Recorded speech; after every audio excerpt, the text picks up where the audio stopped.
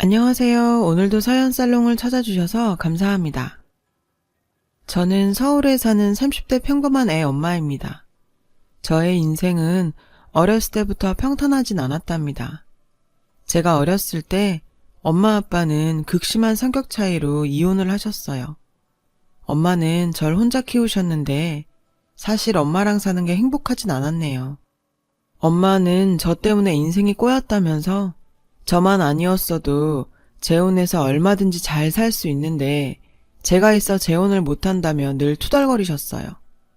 지금 생각하면 저도 태어나고 싶어 태어난 게 아닌데 엄마는 그렇게 제 원망을 하셨답니다. 엄마는 술집을 하면서 남자들을 많이 만나고 다녔어요. 초등학교 고학년이 되었던 어느 날 웬 아저씨를 데려와서 이제부터 아빠라고 부르라고 하더군요. 어린 제게는 선택권이 없었죠. 그날부터 아저씨, 저 엄마 이렇게 셋이서 살게 되었는데 아저씨는 제 존재에 대해 매우 성가스럽게 생각했어요. 아저씨가 그러니까 엄마도 제가 귀찮아졌는지 자꾸 친척집에 보내더라고요.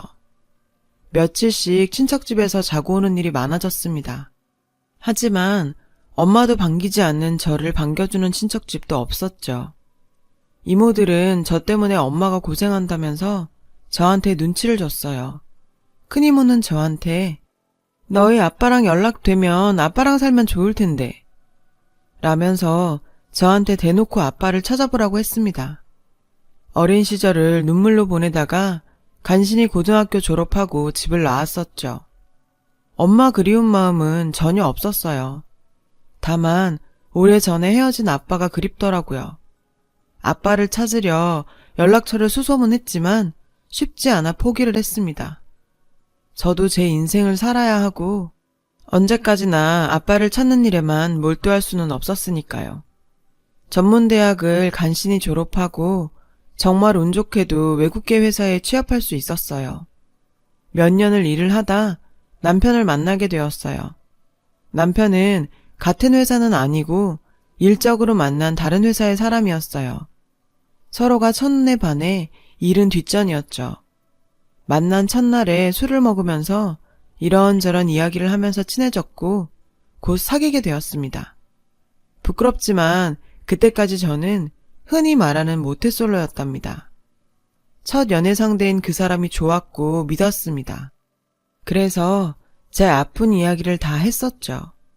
그 사람은 제가 살아온 얘기를 듣더니 저를 지켜주고 싶다면서 결혼하자고 하더라고요. 처음에는 농담인 줄 알았는데 그 남자는 진지했습니다. 저를 부모님께 소개시키고 본격적으로 결혼을 밀어붙이더라고요. 저는 얼떨떨하긴 했지만 그 사람의 저돌적인 모습이 싫지는 않더라고요. 그래서 군말 없이 그 사람이 하자는 대로 따랐습니다. 그런데 마음에 걸리는 게 저는 그때까지 저 혼자 살기 바빠서 모은 돈이 한 푼도 없었거든요. 결혼 진행이 돼가면서 저는 초조해지기 시작했어요.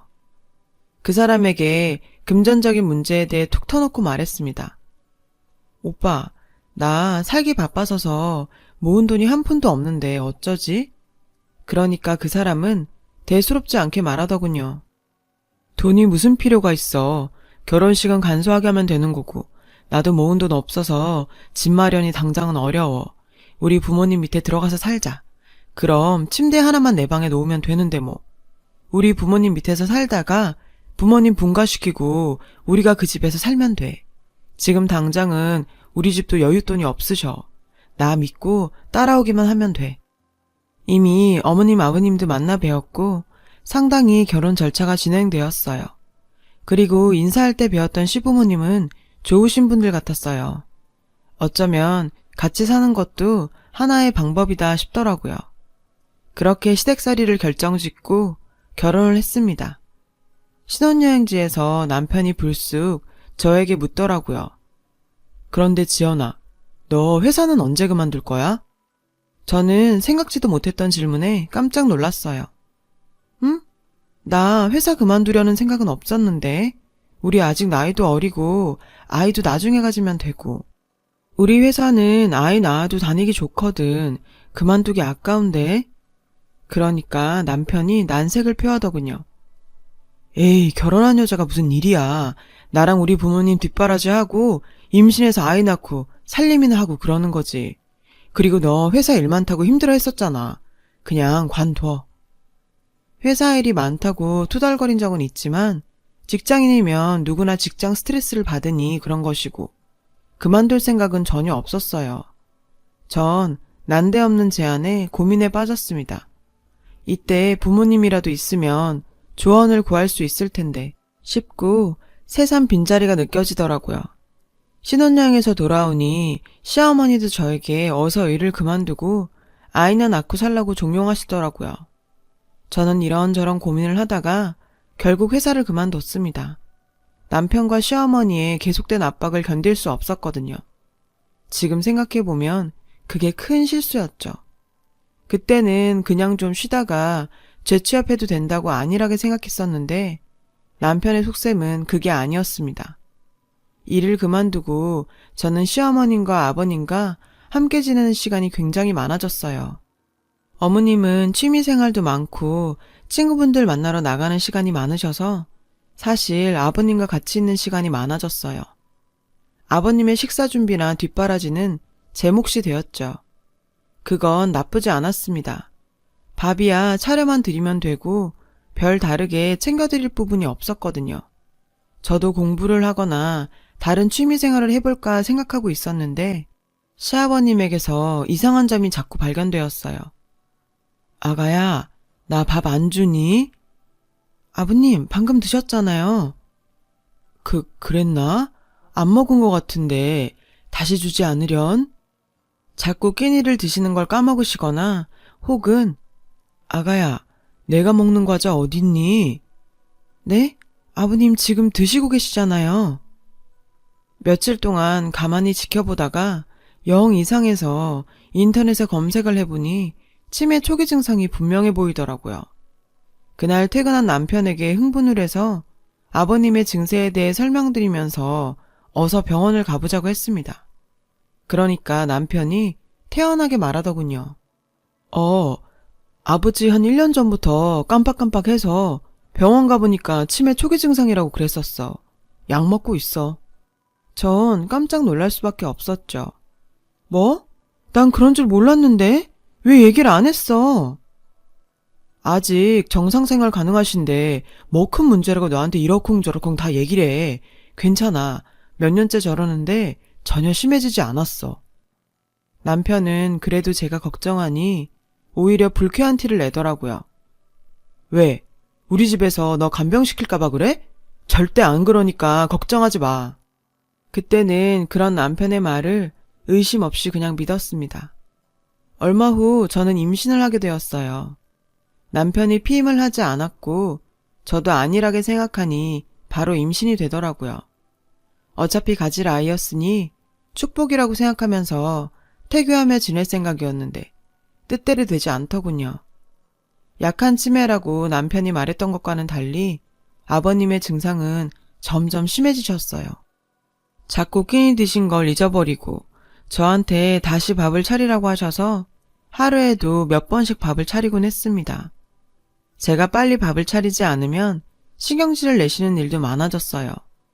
아주 기초적인 생활 습관 같은 것도 잊어버리셔서 제가 도와드려야 할 일이 아주 많아지더라고요. 예를 들면 일을 닦거나 할 때도 멀쩡하게 잘하시다가 갑자기 양치하는 법이 기억이 안 난다면서 저한테 도움을 요청하곤 하셨죠. 저는 배부른 몸으로 아버님 간병을 다 해야 했습니다. 어느 날 병원에서 검진을 받고 집에 왔는데 아버님이 안 계시더라고요. 동네에 잠깐 운동하러 나가셨나 했는데 계속 오질 않으셨어요. 걱정스러운 마음에 어머님과 남편에게 연락을 하니 남편이 버럭 화를 내더라고요. 뭐? 너 집에서 뭐 하고 있었던 거야? 아버지 제대로 안 보고. 전화 밖으로 쩌렁쩌렁 울리는 목소리에 저도 모르게 눈물이 나왔습니다. 그게 아니라 나도 오늘 정기검진이라. 그거 좀 늦으면 어디가 덧나냐? 아버지가 어디 멀쩡한 사람이냐고. 혼자 두면 어떡해? 처음에 아버님이 일상생활 다 된다고 걱정하지 말라던 남편은 어느샌가 저에게 아버님을 떠맡기고 있더라고요. 그때는 정신이 없어서 남편에게 따지고 뭐 할 생각도 못하고 정신없이 아버님을 찾아다녔습니다. 다행히 동네 공원 벤치에 계시더라고요. 아버님, 여기서 뭐 하고 계셨던 거예요?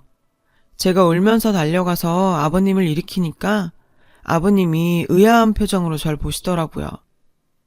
아가씨는 누구슈? 얼마 후 병원에 가니 아버님의 치매 증세가 완전히 심해졌다고 하더라고요. 그동안은 약으로서 현상 유지가 되었지만 갈수록 심해질 거라고 하더군요. 눈앞이 깜깜해졌습니다. 그날 집에 와서 남편에게 조심스럽게 물었습니다. 아버님, 점점 심해지실 거라는데 우리 어떡해? 그러니까 남편이 휙 노려보며 이러더군요. 뭘 어떡해? 아니, 곧 아이도 태어나고 그럼 내가 아버님 돌봐드리기가 힘들어지잖아. 야, 애 보는 게 뭐 그렇게 대수라고. 노인네랑 같이 보면 되지. 아버지 보기 싫으니까 별 핑계를 다 댄다. 너 진짜 그러는 거 아니야. 우리 부모님은 너한테 친자식 같다고 그러는데 너는 호시탐탐 아버지를 내팽개칠 생각만 하냐? 남편의 말에 저도 폭발했습니다. 처음에 나보고 아버님 심한 상태 아니라고 할 일 없을 거라고 그랬잖아. 갓난애랑 노인을 어떻게 같이 봐. 당신은 밖에 나가면 그만이고 어머님은 자주 나가시니까 모든 집안일, 아버님 케어, 이젠 아기까지 내 몫이잖아. 그렇게 저희는 언성을 높이며 싸웠습니다. 남편은 화가 나서 나가버리고 술을 잔뜩 먹고 오더군요. 시어머니는 술에 취해 들어온 남편을 보시며 저한테 잔소리를 하시더라고요. 모름지기, 집안이 조용해야 남자가 바깥일 잘하는 거다. 네가 하기 나름인 거야. 어디 남편한테 힘들단 소리를 함부로 하니? 나 때는 상상도 못했다. 그 말에 저는 할 말을 잃었습니다. 그때가 저 임신 9개월 때였어요. 몇 번이나 이혼을 생각을 했지만 실행에 옮기긴 어려웠습니다. 뱃속 아이를 생각하면 아빠 없이 자라게 하기 싫었고 또 저 혼자 아이를 키울 엄두도 나지 않았어요. 더군다나 일도 하지 않는 상태여서 돈 문제도 막막했고요. 결국 저는 아이를 낳았고 남편과 계속 같이 살게 되었죠. 결혼 생활은 갈수록 고되졌습니다. 남편은 퍽 보수적인 사람인지라 집안일과 육아는 모두 여자 몫이라고 생각해서 전혀 돕지 않더라고요. 퇴근을 하고 돌아와도 방에서 핸드폰 게임을 하다가 자버리더라고요. 시어머님은 늘 모임이 많으셔서 밖으로 놔두셨고 저는 아버님과 아이 케어를 혼자 다 해야 했습니다. 아버님 상태만 좀 괜찮아도 일이 덜 고되었을 텐데 아버님은 갈수록 상태가 안 좋아지셨어요. 제가 아이 분유를 주느라고 밥을 늦게 드리면 저한테 입에 담지도 못할 듣도 보도 못한 욕을 퍼붓곤 하셨죠. 그리고 돌아서서 욕을 했다는 사실도 다 잊어버리셨고요. 아이 커가는 거 보는 게 그나마 행복이었지만 누구 하나 제 편이 없는 시댁에서 저는 점점 우울하고 메말라갔었어요. 그러던 중 일이 터지고 말았습니다. 그날도 어김없이 남편은 술을 마시고 들어왔어요. 술자리를 워낙 좋아하는 남편이라 늦게 들어온 것은 별로 놀라지 않았는데 옷을 벗겨서 냄새를 맡았는데 묘하게 여자 향수 냄새가 풍기더라고요. 여자 촉, 그런 거 있잖아요. 저는 뭔가 모를 수상쩍은 느낌에 남편 자는 틈을 타서 핸드폰을 몰래 보았습니다. 핸드폰 문자에는 까무러칠 만한 내용들의 문자가 있었습니다. 남편은 그동안 술집 여자들을 만나고 다니면서 바람을 피우고 있었던 것이죠.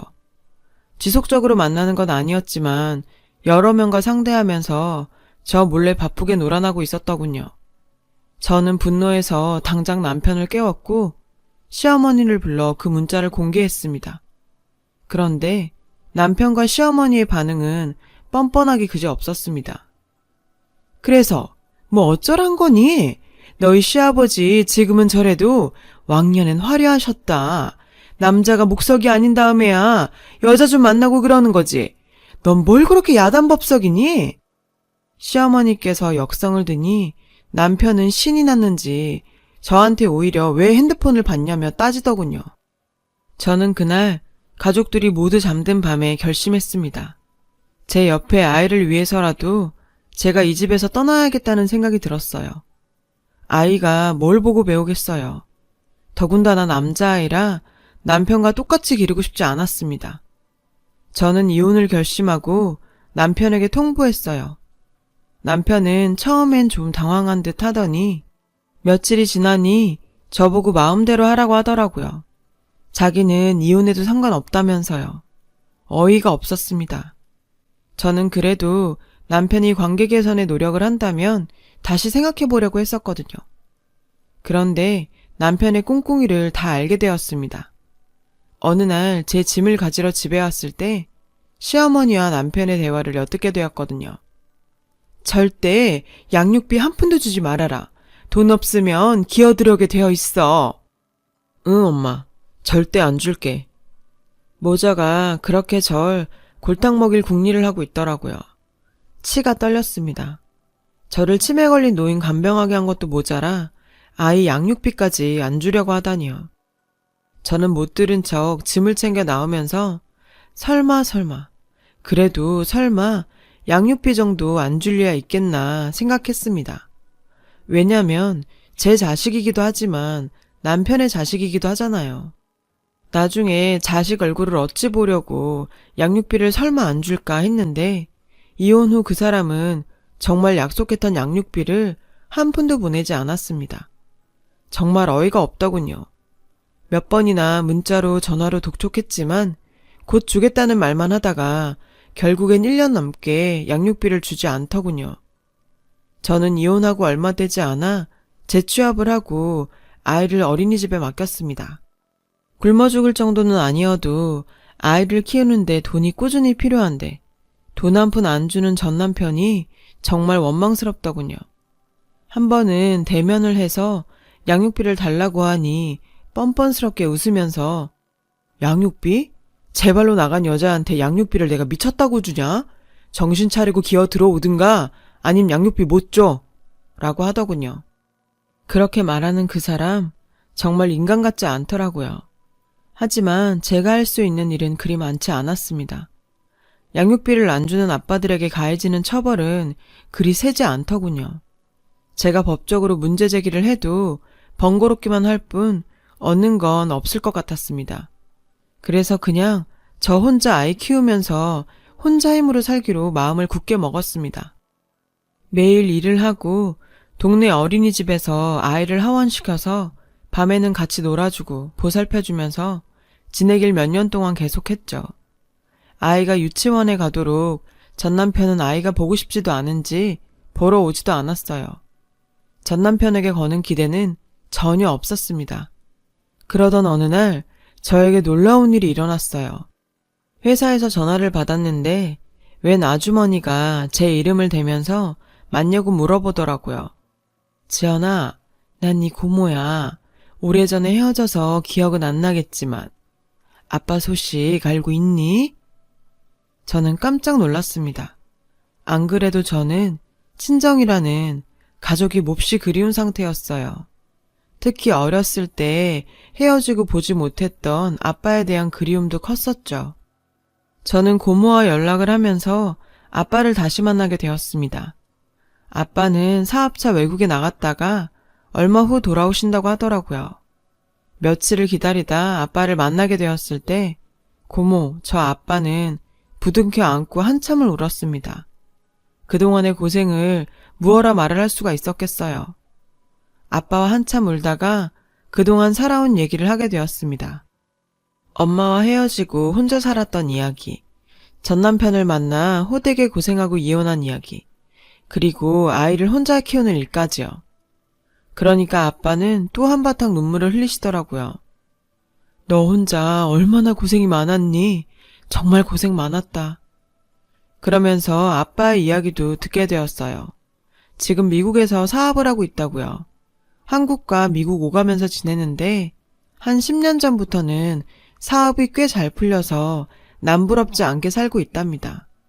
그리고 더 놀란 건 엄마한테 제가 20살이 되던 해까지 양육비를 매번 보냈다는데 저는 전혀 몰랐거든요. 엄마는 절 키우느라 돈이 많이 들고 아빠가 돈을 한 푼도 안 준다고 늘 돈 볼멘 소리를 했었는데 그게 다 거짓말이었던 것이죠. 아빠는 심지어 사업이 잘 되기 시작한 시점부터는 엄마한테 큰 돈을 몇 번이나 보냈다고 하더라고요. 사실 청소년 때는 아빠 원망도 많이 했었는데 제가 잘못 알았던 부분이 많더라고요. 그리고 아빠는 제 결혼 생활 이야기를 듣더니 분노하셨어요. 제가 혼자 어렵게 살고 있다고 하니까 앞으로는 그럴 필요 없고 아빠가 무조건 도와주겠다고 장담하시더라고요. 이렇게 든든한 아빠가 돌아오시니 지난 고생이 다 헛되지 않았음을 느꼈습니다. 아빠는 몇 년 동안 저를 찾았다고 하더군요. 어렸을 때는 저를 데려올까 하다가 엄마가 재혼했다는 소식을 듣고 잘 살고 있는 가정 깰까봐 감히 그렇게 하지 못했었다고요. 그러나 제가 성인이 되고는 늘 저를 찾아다녔다고 하더라고요. 그러다 고모가 건너 제 이야기를 듣고 연락처까지 알아내서 저에게 연이 닿았다네요. 아빠와 지난 회포를 풀고 제 아이도 보여줬습니다. 아빠는 제게 더 이상 고생할 것 없다며 집도 옮기고 생활비도 아빠가 지원해주겠다고 하시더군요. 눈물나게 고마웠습니다. 제 아이를 위해서라도 아빠의 도움을 거절하지 않았어요. 오히려 정말 잘된 일이죠. 이렇게 아빠와 지내게 되니 회사에 제 소문이 퍼지더라고요. 혼자 어렵게 살던 제가 갑자기 윤택한 생활을 하게 되니 재혼을 했다는 둥 엉뚱한 소문이 돌길래 제가 직접 해명을 했었죠. 어렸을 적 헤어졌던 아빠를 만났고 아빠가 사업에 크게 성공해서 생활이 나아졌다고 하자 동료들은 모두 놀라더군요. 저를 부러워하는 사람도 있었고요. 그리고 그 소문은 결국 전 남편의 귀에까지 들어가게 되었습니다. 저한테 전화를 걸어 제발 한 번만 만나달라고 애걸복걸 하더군요. 제가 양육비 독촉을 할 땐 제 전화를 피하더니 완전 딴판이었죠. 저는 순순히 만남 제안을 받아들였어요. 저희 집에서 만나자고 했죠. 저희 집은 이미 아빠 명의의 큰 평수 아파트로 옮긴 상태였어요. 저희 집에 들어오니 시어머니는 입이 떡 벌어지더라고요. 저는 웃으면서 두 사람을 맞았죠. 남편은 제 앞에서 눈물을 흘리며 제 손을 부여잡더라고요. 시어머니는 손주는 뒷전이고 집 구경하느라 정신이 없고요. 쉴 새 없이 눈을 굴리면서 집을 보고 있더군요. 남편은 제 손을 잡더니 이렇게 말했어요. 그동안 정말 미안했어. 당신 고생하는 거 알면서도 알잖아 우리 집 사정. 아버지 병간호비도 많이 들고 그래서 현우 양육비를 못 줬어. 이제라도 우리 다시 시작하자. 남편의 그 말에 저는 피식 웃으면서 손을 빼고는 남편의 따귀를 한 대 때렸습니다. 남편은 화도 안 내고 제가 때려도 나 죽었소 맞더라고요. 이제 와서 다시 합쳐? 웃기고 있네. 너희 모자라면 내가 치가 떨려. 내가 여길 왜 불렀는지 알아? 너희들 평생 후회하라고. 너희 주제에 이런 집 감히 구경이나 하겠니? 제 말에 시모가 제 앞에서 무릎을 꿇으면서 애원하더군요. 그래, 네가 잘 돼서 우리도 정말 기쁘다. 우리가 예전에는 정말 잘못했다. 네가 잘 되었으니 이제 우리 사이에 앙금은 풀고 이혼한 게 좋을 게 뭐 있겠니? 다시 합쳐서 살면 얼마나 좋아. 그 말에 웃지 않으려고 해도 웃음이 나오더군요. 하, 내가 당신 아들이랑 이혼을 100번을 하면 했지. 절대 다시는 못 살아요. 이제 나한테 연락도 하지 말고 평생 후회하면서 사세요. 그러니 두 사람이 제게 동시에 매달리더라고요. 결국 전 경찰을 불러 모자를 쫓아내버렸습니다. 그 이후로도 남편이 종종 저한테 연락을 하고 아파트로 와서 귀찮게 하는 일도 있었지만 한번 혼이 나고는 경찰 부르겠다 하면 꽁무니를 빼고 도망갑니다. 참 찌질하죠. 친구 통해 들으니 전 남편은 맨날 술 타령하면서 저 놓친 거 후회하면서 산다고 하더라고요. 안타깝지도 않아요. 물론 그 사람과 좋은 추억도 있지만 결혼 생활이 너무 엉망이었고 제가 너무 고생을 했어서 보내줄 동정은 남아있지 않네요. 요새는 아들을 키우면서 아빠 밑에서 관련 사업 일을 배우고 있어요. 부모의 지원을 받으면서 산다는 건 정말 든든한 일 같아요. 저도 우리 아이에게 정말 든든한 부모가 되어주고 싶습니다. 열심히 배우고 일해서 잘 살아보려고 합니다. 저 잘할 수 있겠죠? 제 이야기를 들어주셔서 감사해요. 들어주신 모든 분 항상 좋은 일 가득하시길 바랍니다. 여러분, 사연 댓글에 응원과 현명한 조언 부탁드려요. 좋아요와 구독은 저에게 큰 힘이 됩니다. 오늘도 좋은 일 가득하세요.